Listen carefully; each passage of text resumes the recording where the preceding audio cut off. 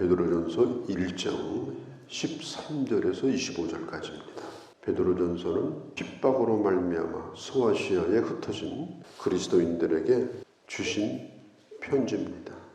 주님을 직접 보았고 주님의 수제자로 살았던 베드로가 주님을 본 적도 없고 만진 적도 없는데 오직 그들에게 전해준 말씀을 믿고 거듭나고 구원을 받은 하나님의 자녀들에게 핍박 가운데서도 너희는 보지 못하였으나 믿고 기뻐하는구나, 잘 견디고 있구나 그러면서 격려하면서 이 베드로전서를 시작을 합니다. 오늘 읽은 본문은 흩어진 낙원에 된 자들은 어떻게 살아야 되는가, 그걸 오늘 성경이 말하고 있습니다. 긴장하고 살아라. 우리에게 일어날 수 있는 모든 상황을 예상하고 준비하고 살아라. 우리가 여행을 간다든지 군인이 전쟁에 나간다든지 운동선수가 경기에 나갈 때 제일 중요한 게 뭡니까? 준비하는 겁니다. 철저히 준비하지 않으면 어떤 상황이 될 때에 문제가 생기게 돼요. 우리가 살고 있는 삶의 현장은 대단히 다양합니다. 많은 문제가 있습니다. 많은 상황들이 있습니다. 그렇기 때문에 전신무장을 하되 빠짐없이 준비하고 살아야 된다. 근신하고 살아야 된다. 언제든지 출발 명령이 떨어지면 나설 준비를 하고 어떤 일을 겪는다 할지라도 그 일에 대처할 준비를 하고 살아야 된다. 떠돌아다니는 뜨내기 나그네가 아니다. 우리는 이게 나그네가 되면요 잘못되기가 쉬워요. 일단 주변 사람이 없습니다. 부모도 없고 형제도 없고 주변에서 나를 잘 보호해주고 나를 잘 아는 사람이 나를 권면해주고 이런 사람이 객지 생활에는 없어요. 보는 눈도 없어요. 그래서 어떤 사람은 성도 갈고 이름도 갈고 나이도 속이고 객지 생활합니다. 아주 자유분방하게 삽니다. 예수 믿는 사람은 그런 나그네가 아닙니다. 사람들이 신앙생활을 좀 자유롭게 하기를 원해요. 한 교회에서 오래도록 머물면서 내 장점도 알고 내 단점도 알고 그리고 나를 정말 깊이 이해하고 이런 관계들을 불편해하는 사람들이 있습니다. 그래서 뭔가 난 모르는 데 가서 그냥 새롭게 편안하게 신앙생활을 하고 싶어하는 유혹을 느낄 수도 있습니다. 그게 나그네에게는 매우 치명적인 문제가 될 수가 있어요.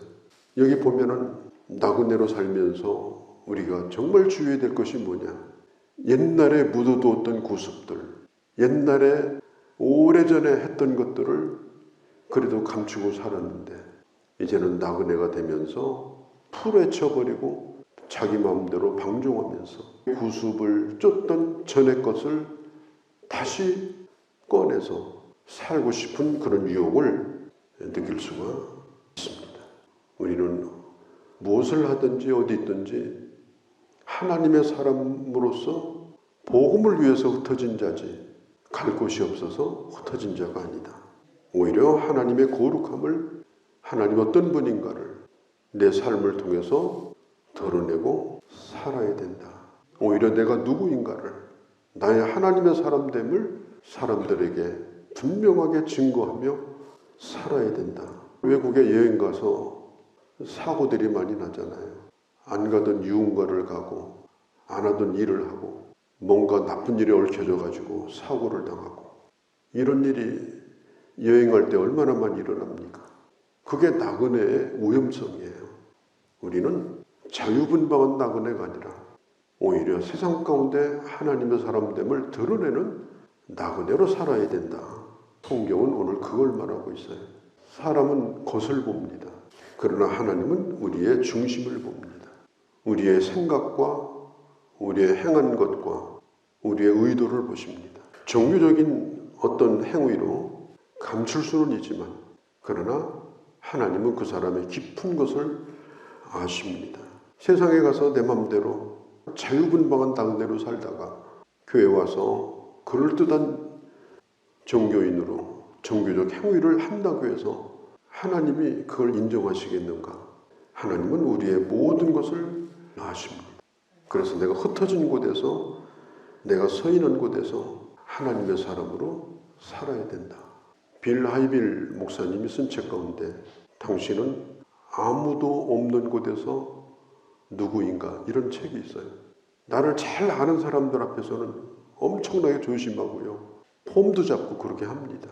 그런데 아무도 없는 곳, 누구도 통제하지 않는 곳, 혼자 있는 그곳에서 나는 뭘 하고 있는가, 어떤 생각을 하고 있는가, 무엇을 보고 있는가, 그게 바로 그 사람이라는 겁니다.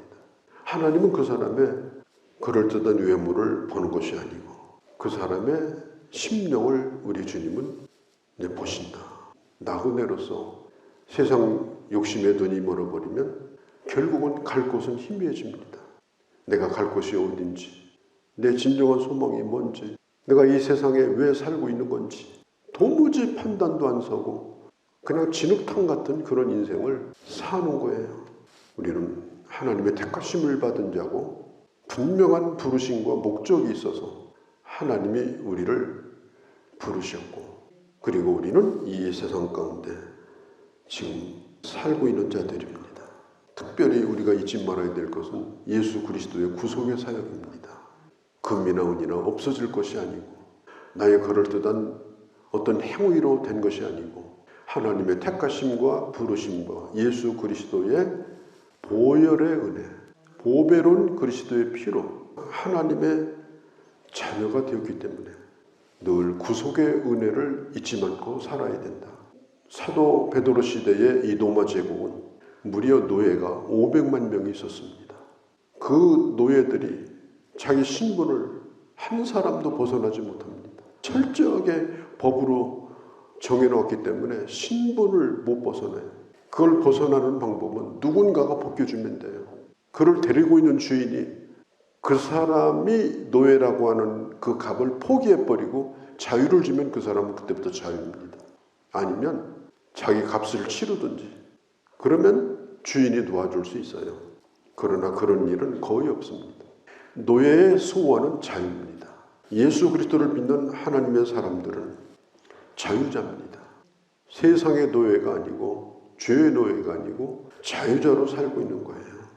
자유 분방한 자가 아니라 그 자유를 가지고 하나님을 기쁘시게 하고 그 자유를 가지고 하나님을 영화롭게 하고 그 자유를 가지고 덕을 세우면서 살아가는 자가 되어야 한다. 특별히 나그네로 살면서 우리가 해야 될 일이 뭐냐? 형제를 사랑하는 일입니다. 형제를 오늘 성경에 말하여 뜨겁게 사랑하라. 우리가 이 세상에서 나 스스로를 내가 지키는 방법이 뭐냐? 거룩한 성도의 교제 가운데 늘 있는 겁니다. 혼자 외롭게 골방신앙은 안 됩니다. 골방신앙은 한계가 있습니다. 어느 순간에 외로운 고독인이 돼서 고독사할 수도 있어요. 이 험한 세상에 나그네로 승리하려고 하면 진실한 성도의 교제가 필요합니다. 이해관계를 뛰어넘어서 예수 그리스도 안에서 진정한 그리스도의 사랑을 나누는 뜨거운 형제사랑, 이게 있으면 우리가 나그네 길도 잘 갈 수가 있습니다. 세상은 전부 조건적입니다. 이유가 있는 사람입니다. 그리고 사랑할 만한 사람은 사랑합니다. 나그네들은 서로 바랄 게 없어요. 다 처지도 똑같고 다 쫓겨난 자들이고 그냥 할 수 있는 것은 그리스도 안에서 뜨겁게 사랑하는 겁니다. 그래서 서로 격려하면서 그 나그네 길을 잘 견디는 거예요. 우리 예수 믿는 사람의 형편이 지금 그렇습니다. 그리스도인이 서로 격려하고 뜨겁게 사랑하지 않으면 결국은 세상의 사랑을 쫓아가는 거예요. 그리스도의 안에 있는 형제 사랑으로 우리가 만족하고 그 교제 가운데 있는 것, 그게 나그네로서 하나님의 사람으로서 살아가는데 매우 중요한 것이다. 거짓 없는 사랑을 해야 된다. 진실한 마음으로 기도해주고 진실한 마음으로 돌봐주고 그렇게 가야만 우리는 이 험한 세상에서 끝까지 승리할 수가 있습니다. 교회라고 하는 것은 큰 가정입니다. 교회는 큰 가정이에요. 그래서 서로 돌봄이 필요한 겁니다. 이 울타리 안에서 충분한 사랑이 있어야 되는 것입니다. 특별히 나그네는 목적이 분명해야 되고 갈 길이 분명해야 됩니다. 그렇게 하기 위해서는 하나님의 말씀을 붙들고 살아야 돼요. 성경 시편은 말합니다. 하나님의 말씀은 내 발의 등이요 내가 가는 길의 빛이다. 나그네 길을 밝혀주는 것은 하나님의 말씀입니다. 사도 베드로도 이것을 매우 강조합니다. 세상의 모든 것은 다 꽃처럼 다 시들어지고 말라질 것이다. 그러나 하나님의 말씀은 결코 시들어지지 않는다. 우리가 거듭난 것도 하나님의 말씀으로 거듭났고 그 거듭난 하나님의 말씀의 씨가 내 안에 있고 그 말씀을 잘 보존하고 갖고서 이제는 시들어지지 않는 열매, 시들어지지 않는 아름다운 꽃을 피고 말씀 안에서 살아가는 삶의 열매가 있어야 나그네 삶을 살 수가 있다. 오늘 사도 베드로는 이것을 매우 강조하고 있습니다. 우리는 하나님의 말씀을 들음으로 믿었습니다. 우리는 끊임없이 말씀을 들어야 돼요. 처음 예수 믿는 것도 들어서 믿고 예수를 믿는 모든 삶의 과정도 끊임없이 말씀을 들음으로 믿음의 길을 갈 수가 있는 거예요. 언제? 매일 밥 먹듯이. 나그네는 매일마다 밥 먹듯이 말씀을 먹어야 돼요. 그래야 그 길을 잘 갈 수가 있습니다. 헤매지 않고 갈 수가 있어요. 왜냐? 하나님의 말씀은 살아있고 항상 있는 말씀이에요. 늘 내 안에 살아있는 말씀이에요. 한 번도 글자 한자도 변하지 아니하고 수천 년 동안 사람들을 살린 책은 성경밖에 없습니다. 있는 말씀이에요. 언제든지 붙들면 그 말씀은 내 곁에 있어요. 내가 가는 길을 지켜줍니다. 말씀이 주도하는 삶, 말씀이 주도하는 회사, 말씀이 주도하는 인생, 말씀이 주도하는 자녀, 말씀이 주도하는 나라, 형통합니다. 능력이 있습니다. 하나님의 말씀으로 세상이 창조되었듯 말씀을 붙들고 믿음으로 믿고 순종하고 살면 하나님의 놀라운 기적의 역사가 나타납니다. 뭐든지 물건을 사면 사용 설명서가 있어요. 잘 읽고 그것을 쓰면 100% 잘 쓸 수가 있습니다. 그런데 몇 개 누르는 것만 배워가지고 그거 쓰면요 10년을 쓰다 버릴 때도 진짜 좋은 것은 못 누리고 그냥 스위치 껐다 켰다만 하다가 끝나요. 그래서 나중에 쓰레기장에 버려요. 우리 인생도 마찬가지예요. 우리 인생 사용 설명서가 뭐냐? 성경입니다. 어떻게 하면 극대화시켜서 멋있는 인생을 사는가? 그걸 가르쳐주고 있는 것이 하나님의 말씀이에요. 이 사용 설명서를 덮어놓고 사는 인생은 사는 게 아닙니다. 60만 먹여 살려가지고 사는 게 아니에요.